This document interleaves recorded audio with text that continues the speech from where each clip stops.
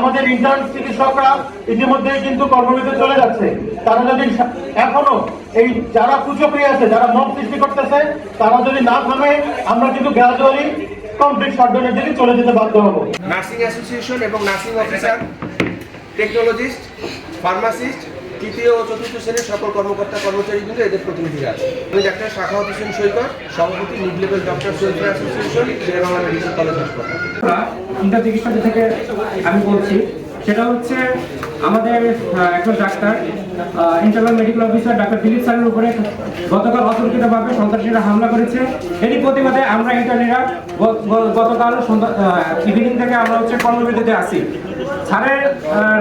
স্যারকে যারা আক্রমণ করেছে, যতক্ষণ পর্যন্ত তার এগেনস্টে কোনো ধরনের আইনানুগ ব্যবস্থা না হবে, আমরা অনির্দিষ্টকালের জন্য কর্মবিরতি আসি।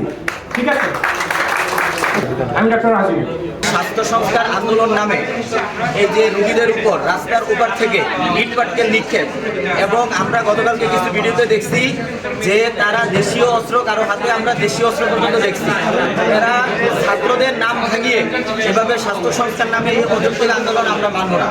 যদিও স্বাস্থ্য অধিদপ্তর থেকে লোকরা এসে বলছে তাদের সব দাবি মানা হয়েছে, এবং আমরাও বলছি যে স্বাস্থ্য সংস্কারের যে দাবিগুলো আমরাও তাদের দাবির সাথে একমত। তারপরেও তারা এই যে গতকালকে দেশীয় অস্ত্র নিয়ে এরপরে আমাদের রোগীদের উপর এই যে ইটপাটকেল নিক্ষেপ এবং আমাদের ডক্টর দিলীপ স্যারের যে হেনস্থা করা হয়েছে, এটা আমরা কোনোভাবেই বরদাস্ত করব না। এজন্য আমরা ইন্টার্ন চিকিৎসকরা অনির্দিষ্টকালের জন্য কর্মবিরতি পালন করছি।